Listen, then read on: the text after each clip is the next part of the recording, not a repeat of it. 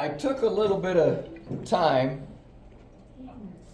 and made a little bit of an outline. There's so much that I want to go through, but I kind of bound myself to a certain group.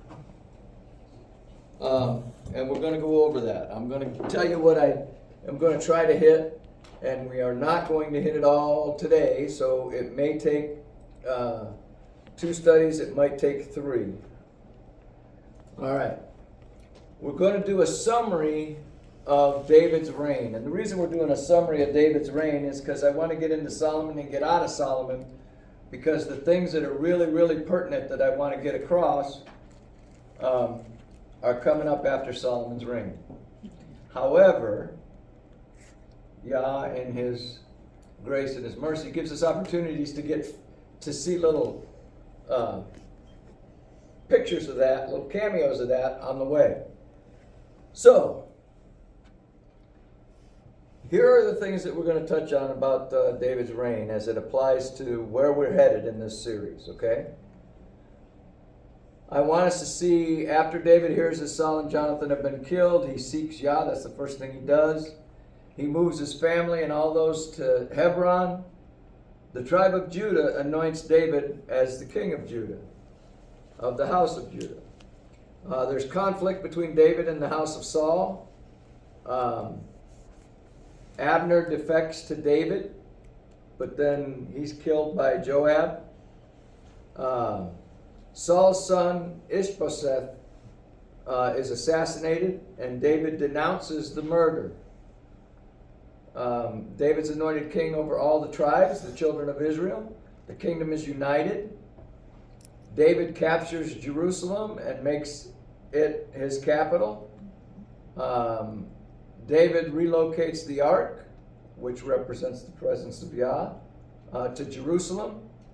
And that takes 2 attempts. David desires to build a house for Yah. We're going to go into Ammon and Tamar because there's importance in that. And then Nathan confronts David. We're going to look at David's later years and his family struggles. Again, we got Ammon and Tamar. Absalom enters the story.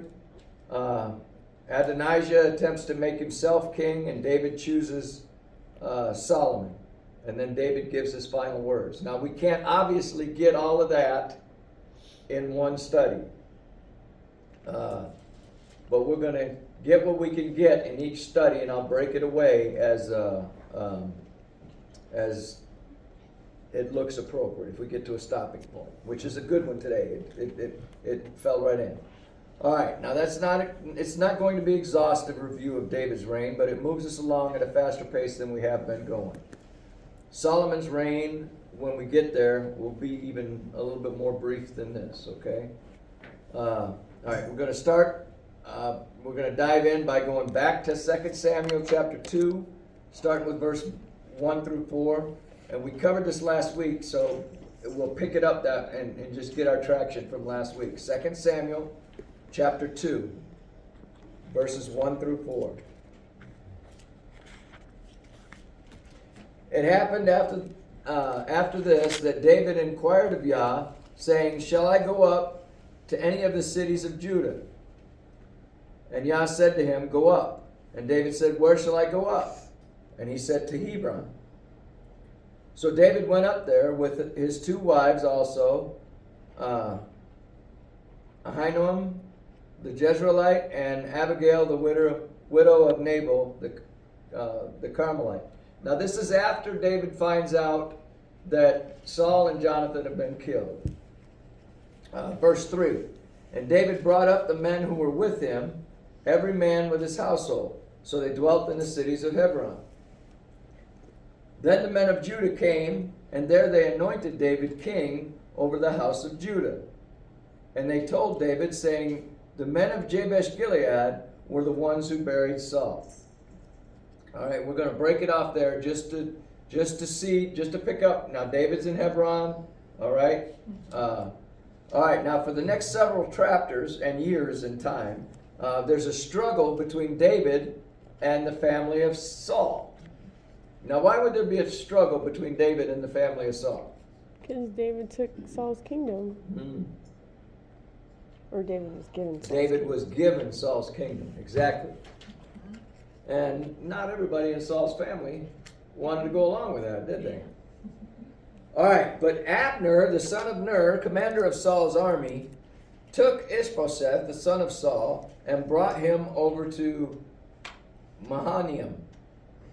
And he made him king over Gilead, over the Asherites, over Jezreel, over Ephraim, over Benjamin, and over all Israel. So Abner's the one that made him king. Who remembers who Abner is? He's the captain of the host. Right. He was the commander of the Saul's army. He was also Saul's uncle. Okay? Ishbosheth, Saul's son, was 40 years old when he began to reign over Israel, and he reigned 2 years. Only the house of Judah followed David. And the time that David was king over Hebron, over the house of Judah, was 7 years and 6 months. So this is, when I put on my Wile E. Coyote super genius brain, this is about how long the struggle was going on between the families. Okay? Because he was only king over Judah. He was king over only Judah for 7 years and 6 months. Okay? All right, in verse 12 of chapter 2. Now Abner the son of Ner and the servants of Ishbosheth the son of Saul went out from Mahanaim to Gibeon. And Joab the son of Zeruiah and the servants of David went out and met them by the pool of Gibeon. And they sat down, one on one side of the pool and the other on the other side of the pool. So here comes the two leaders of the two armies. Okay? Joab is over the army of David's, of Judah, and Abner over the north, over Saul's family, over the northern tribes at this point. Okay? And then Abner said to Joab, "Let the young men now arise and compete for us." And Joab said, "Let them rise." So now here the two leaders are saying, okay, let these guys go at it and compete for us. Now, Abner is the one that initiated this, but you know that Joab was knee-deep in it because he met him up there. And he wasn't going up there to play Yahtzee or something. They were going up there with a purpose.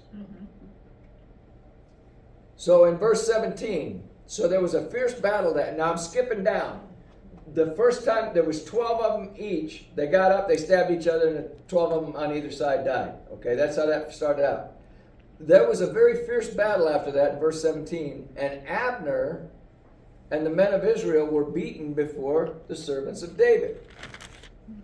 Now the three sons of Zeruiah were there, Joab, Abishai, and Azael.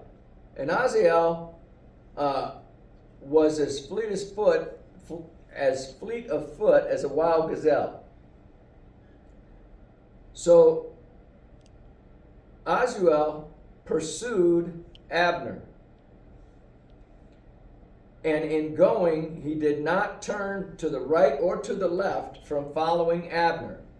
So Job's brother, Asael, is chasing after the leader of Saul's army. And he's hot on his feet. So I imagine if they're comparing Azael to a gazelle,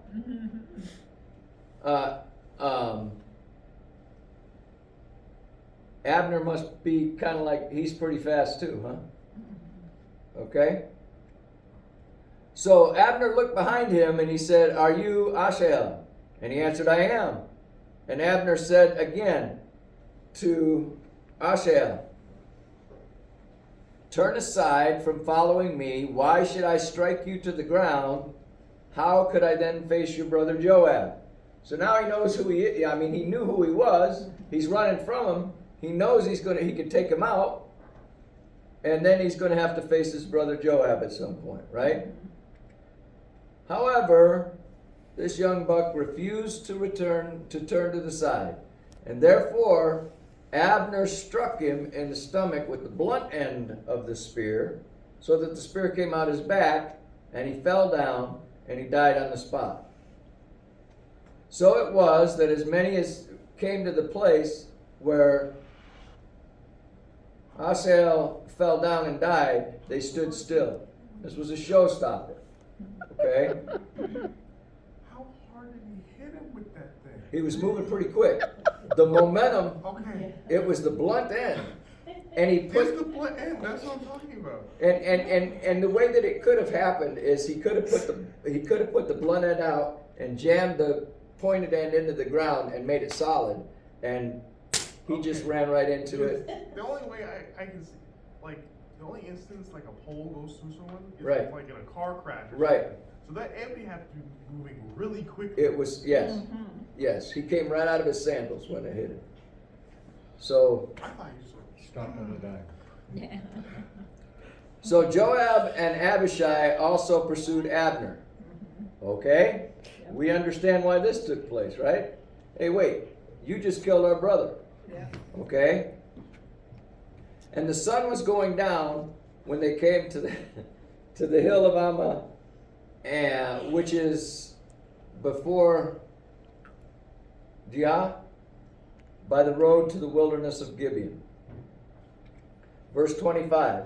Now the children of Benjamin gathered together behind Abner and became a unit and took their stand on top of the hill. Why did Benjamin come to Abner's aid? Because the northern Abner tribe.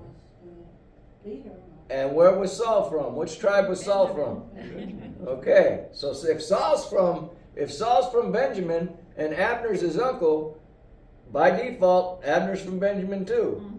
Okay? So they came around and they protected Abner. Verse 30, jump down to verse 30. So Joab returned from pursuing Abner, and when he had gathered all the people together, there were missing of David's servants 19 men and Asahel. Think about that. 12 of them were killed in the first instance. There's only 19 that were killed. 7 were killed. We know how the one was killed. They lost 6 men in this fierce battle. Verse 31, but the servants of David had struck down of Benjamin and Abner's men 360 men who died.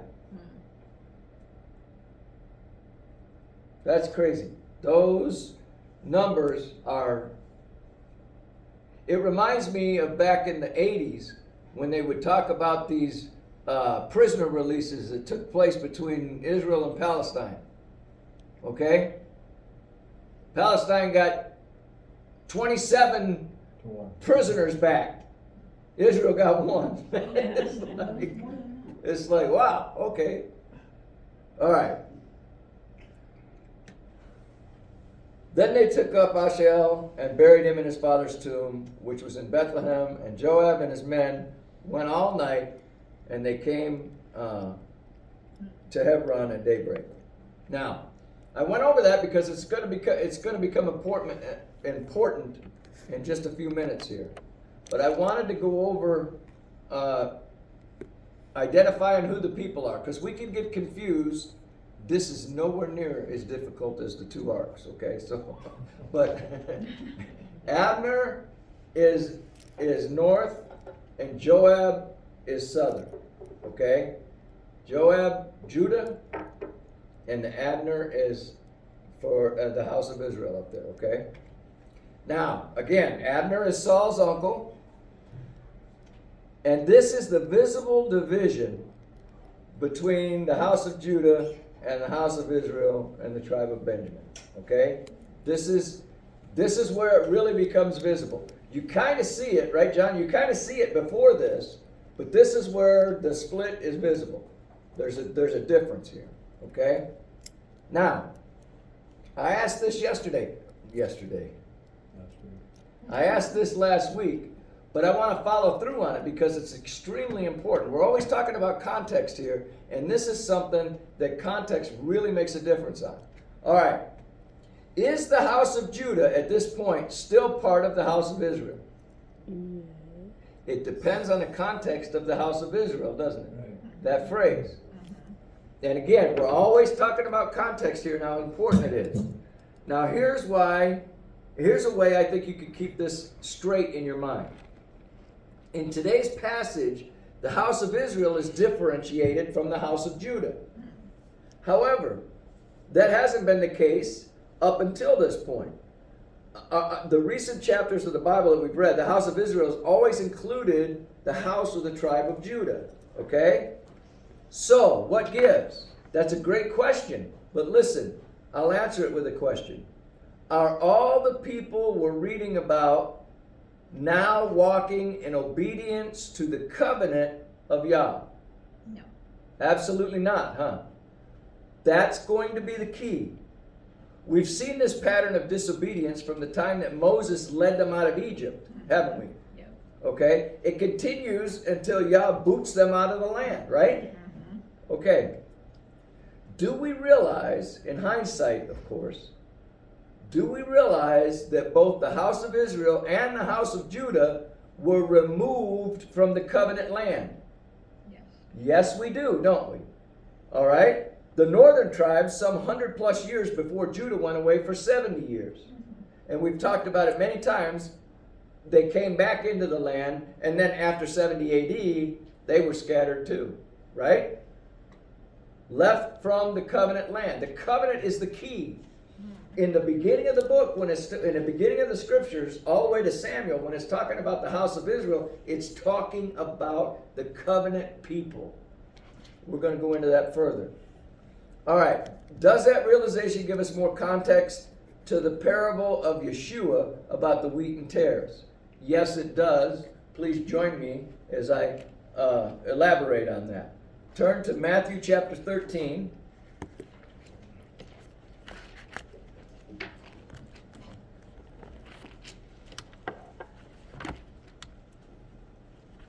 And in Matthew chapter 13, we're going to pick it up in verse 24. All right? Another parable he put forth to them, Yeshua did. The kingdom of heaven is like a man who sowed good seed in the field, but while men slept, his enemy came and sowed tares among the wheat and went his way. But when the grain had sprouted and produced the crop, then the tares also appeared. So the servants of the owner came to him and said to him, Sir, did you not sow good seed into your field? How then does it have tares?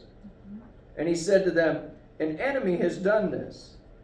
The servants said to him, Do you want us then to go and gather them up? But he said, No, lest while you gather up the tares, you uproot the wheat from them.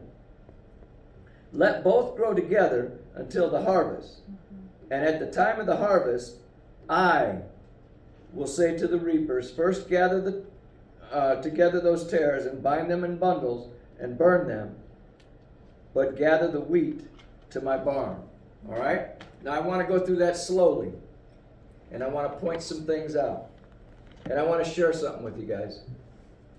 Over the past year,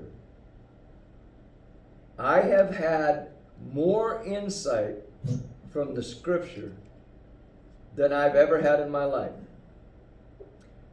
It is because of the years that I was in the Word when I was back in the church. But the critical point happened over 5 years ago when I got a post on Facebook. And it brought me over here. And I'm telling you guys, it's been 20 years of my life. I have been telling my wife, I am looking for something. I don't know what it is, but when I find it, I'll know it. I found it. For the past 5 years, I've had the blessing of studying through Torah with you people. And that has given me the insight to understand some of what I'm about to explain to you. In Matthew 13:24, Yeshua said, "The kingdom of heaven is like a man who sowed good seed in his field. But while men slept, his enemy came and sowed tares among the wheat, and he went away."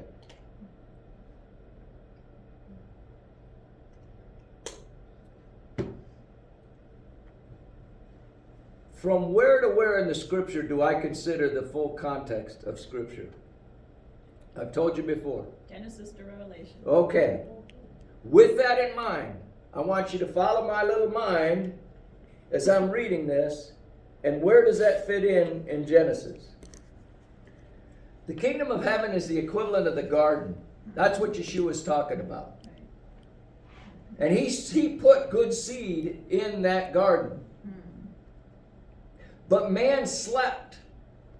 Adam was to keep the garden. He didn't. His guard went down. And the enemy came in and he sowed tares. What did the enemy sow? And he's been sowing it ever since. Doubt. What is it? Doubt. Doubt in the word of Yah. That's what Yeshua is talking about in this parable. Does that not blow your mind? I mean, as I'm going through this, now it may be a stretch for some of you. It might be you don't quite get it. You don't quite understand how it goes. Just put that in the back of your mind. You don't have to buy into it. Just put it in the back of your mind and continue to study. Continue to read. 26. But when the grain had sprouted and produced a crop, then the tares also appeared. So now you've got something that's been planted that is growing and producing fruit, and something that has been planted and growing and not producing fruit. Does that sound familiar anywhere else in Scripture? How about the parable of the sower and the seed? How about all through understand that the fruit that's being born, according to Paul, is the fruit of the Spirit. Okay? And that is, the fruit that's being shown is obedience to Yah. And from the mountain, you see some bearing fruit and some not bearing fruit. It is consistent all the way through the scripture. Jumping down to verse 29. But he said, "No, lest while you gather up the tares, you also uproot the wheat." All right? You don't want to pull up the ones that are producing the fruit, Right. because that fruit is being produced for others, and it has to keep being produced until its time has come. That time is called the harvest. Right. Verse 30, let both grow until the harvest. Okay? And at that time of the harvest, I will say to the reapers, first gather the tares and bind them in bundles and burn them, but gather my wheat into my barn. Now I want you to think of the burning of them not all through Scripture, but many times through Scripture, judgment is brought forth by burning. Burn them, judge them, but gather the wheat, those that are bearing the fruit, into my barn. Let me say that as kingdom proper, as my house, as my temple. He's building a temple right now with those that are being obedient to his word. Paul also tells us this when he says, not all Israel is Israel. In Romans 9, he says, but it is not that the word of Elohim has taken no effect, for they are not all Israel who are Israel. How is he separating into Israel there? He's separating Israel from the natural born Israel descendants to those of Israel that are of the covenant. Those that are being obedient and to the covenant. Yes. In chapter 11, verse 26, he says, and so all Israel will be saved, as it is written, the deliverer will come out of Zion, and he will turn away ungodliness from Jacob. So the Israel he's talking about there is not every descendant that came through the line of the Abraham, Isaac, and Jacob and all the 12 tribes. He's talking about those of the house of Israel that lived by the faith of Abraham, Isaac, Jacob, Israel, and were in the covenant. Does that make it sense? All right. So why would Yah separate Judah from the rest of the group? The covenant people were divided into two groups: Israel and Judah. And that was done to fulfill what was written. Because the scripture tells us that the Messiah will descend from Abraham, Isaac, Jacob, and from the tribe of Judah, and from the line of King David, which includes Tamar, Rahab, and the wife of Uriah, Bathsheba. Right? Yes. He's separating that right now as we're going through 2 Samuel. Remember that Yah's in control of this whole thing. He put David way down away from Saul when Saul was killed. David didn't have anything to do with Saul losing his life. Yah's steering the ship the whole way. All right? So we know that even Jacob, before he died, said that Judah was going to be the one with the scepter. So he's separating Judah out, the house of Judah, the house of leadership. He's separating that out from the rest of them. Now, if you think, fast forward, we'll go over this a few more times, so if you don't get it right now, that's okay. Just keep churning. If you fast forward, the northern tribes went out 100 years before Judah. When they went out, that's when the covenant was broken. And the problem with the covenant was not the covenant, was it? No. It was the people. So the northern tribes, their covenant was broken when they were pushed out of the land. Because what's the covenant about? It's the land. That's the covenant. Going all the way back to the very first word of the scripture. Right, John? If you break it all down, it's going all the way back to the first word of the scripture. Now, the northern tribe goes out. The southern tribe doesn't get scattered. And we've talked about this before. The reason why is because the Messiah has to come through that line. Yes. So it gets taken out and it's protected for that 70 years. By the way, almost like this was choreographed, all those years of Jubilee, that the 490 years that the Israelites lived there and were supposed to be doing those and didn't, Yah said, okay, you owe me 70. So he worked that out. Yeah. And then he brought them back, and the first thing they wanted to do was build a temple. A house for Yah. That's what Yah had in mind. If you study that closely, with Ezra and them coming back in and building that temple, and you compare it to Solomon building that temple, okay? The glory of Yah did not come down on the second temple. It's not mentioned. And they're going through the motions from that time when they come back into the land all the way down to Yeshua. And then the ruckus starts. All these things start lining up. People are talking about this baby that's born and all this is going on. And then Yeshua is on the scene. And who was the people that noticed it? I mean, who are the people that recognized Yeshua? It was I'm thinking of the two in the temple, the old guy and the widow. Well, I mean, even Simeon. before that, they were recognizing that the king was coming.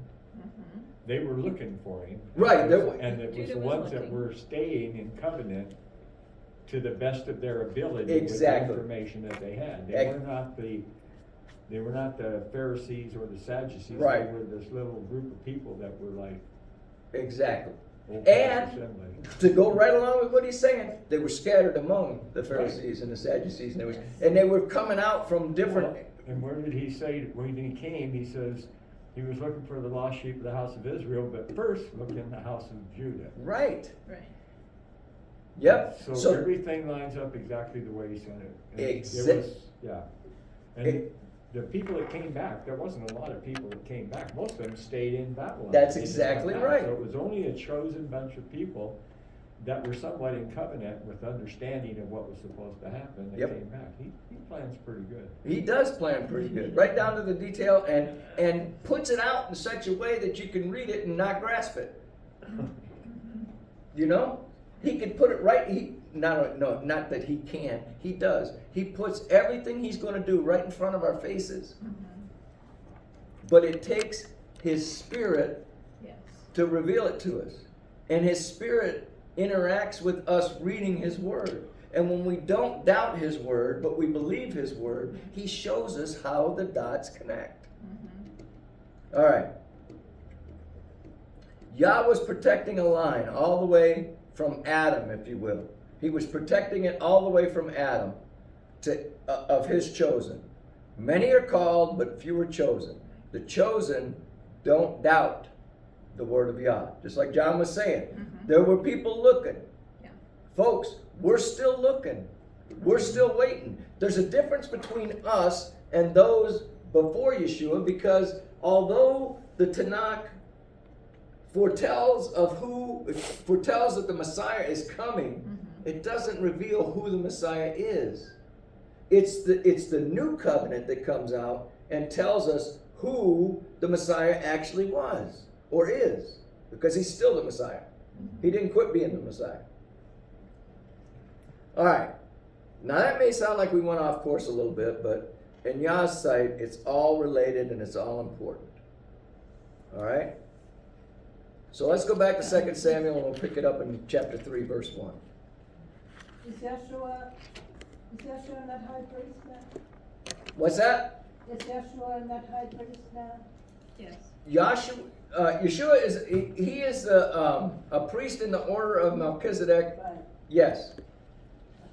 Yeah. He'll be acting in that position when he comes back and the kingdom is set up. All right. Chapter 3, verse 1, 2 Samuel. Now there was a long war between the house of Saul and the house of David. But David grew stronger and stronger, and the house of Saul grew weaker and weaker. Verse 6, jump down to verse 6. Now it was so, while there was war between the house of Saul and the house of David, that Abner was strengthening his hold on the house of Saul. What does that mean? He's usurping the authority. He's putting himself in the position to be a king, if he can be a king, right? Verse 7. And Saul had a concubine whose name was Rizpah, the daughter of Aiah. Sure. So Ishbosheth said to Abner, "Why have you gone into my father's concubine?" Verse 8. And Abner became very angry with the words of Ishbosheth. He was busted is what happened, and he wasn't happy about it. And he said, "Am I a dog's head that belongs to Judah? Today I show loyalty to the house of Saul, your father, to his brothers and to his friends, and have not delivered you into the hand of David. And you charge me today with a fault concerning this woman?" Now, does that sound like somebody that is trying to work around something he already knows he's guilty of? It sounds that way to me, too. He knows he's flat busted. Verse 9. May Elohim do so to Abner, and more also, if I do not do for David, listen to this, as Yah has sworn to him. Verse 10. To transfer the kingdom from the house of Saul and set up the throne of David over Israel and over Judah from Dan to Beersheba. Now you do understand that Dan is the most northern part, Beersheba is the most southern part. The whole enchilada. Well, it's probably not an enchilada back then. The whole matzah. What are you? Okay, so I can't find any place where we see that those exact words from Abner. But Abner understood that David was the anointed. He understood that David was the one that was going to take over for Saul. And he's admitting it right here. Verse 11. And he, being Saul's son Ishbosheth, could not answer Abner another word because he feared him. Okay, so this is where Abner was in the kingdom. Even though there was a king, Abner was running the show. All right? Verse 12. Then Abner sent messages on his behalf to David, saying, "Who's in the land?" Saying also, "Make your covenant with me, and indeed my hand shall be with you, and bring all Israel to you." He's telling him, I'm going to bring Israel over into your hand. Jump into verse 17. Now Abner had communicated with the elders of Israel, saying, "In time past, you were seeking for David to be king over you." Remember, this is the same group that the ladies were singing, Saul has killed his thousands and David has killed his 10,000s, right? Yeah. Verse 18. Now then, do it. For Yah has spoken of David, saying, "By the hand of my servant David I will save my people Israel from the hand of the Philistines and from the hand of all their enemies." So again, Abner recognized David as the one that was going to succeed Saul. Verse 19. And Abner also spoke in the hearing of Benjamin. And Abner also went and speaking in the hearing of David in Hebron, all that seemed good to Israel and the whole house of Benjamin. So, again, here we've got the separation of Benjamin and the house of Israel. He's separating that to point out that Abner is saying that Saul's family is even in this. Saul's family is even in agreement with what's going on here. So it's all of them. They're in agreement. Verse 20. So Abner and 20 men with him came to David at Hebron. And David made a feast for Abner and the men who were with him. And Abner said to David, "I will arise and go and gather all Israel to my lord the king, that they may make a covenant with you, and that you may reign over all your heart's desires." So David sent Abner away, and he went in peace. David received what was coming from Abner. He received that recognition. Now, whether Abner did this out of spite or not, he did it in the way that Yah wanted it done. That's how it took place. And in verse 22, and at that moment the servants of David and Joab came in from a raid and brought much spoil with them. But Abner wasn't with David in Hebron, for he had sent him away, and he had gone in peace. That's 2 times we've heard that David sent him away in peace. Right? Verse 23. When Joab and all the troops that had come with him had come, they told Joab, saying, "Abner the son of Ner came to the king, and he sent him away, and he has gone in peace." 3 times now. Okay? And then Joab came to the king and said, "What have you done? Look, Abner came to you.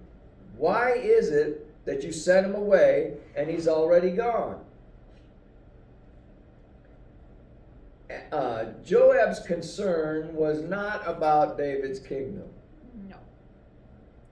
Joab's concern was about getting the comeuppance for his brother that was killed. Yep. How was he killed for? Okay. Ran into a parked spear, didn't he? Yeah, the one in the spirit. Ran into a parked spear. Joab has a problem with what David did, because he's looking to get revenge for his brother, vengeance for his brother's blood, Yeah. right? And he passed it up on the hill when Benjamin was protecting Abner. He doesn't want to pass it up again. But this is where we're going to stop it for today. But next week we'll pick it up with Joab actually killing Abner, and we'll carry it on from there. And we'll see how this takes place. Now, we went through a lot. We skipped kind of fast. Does anybody have any questions or comments or concerns? We got kind of deep today, and it really called for a familiarization with the scripture in order to follow along. See, the one thing that you see here is how Benjamin has been set out as, because that's where Saul was, that was the original king. Yep. So, do you know that Benjamin didn't absorb into Israel, but it was absorbed into Yehuda? Right. So, you can see how the Creator was setting that up, because in reality, that Abner, by doing what he was doing with David, going over and saying, we're going to recognize you as king, even the whole house of Benjamin is with you, they separate that out. Yep. So you've made enemies, again, Benjamin, right out of Israel, have taken it out of Israel and put it into Judah. Judah was, it's kind of like they use him for a buffer zone there. Right. So both sides could pick on him. Yep. Just don't cross over and come to our side. Yeah.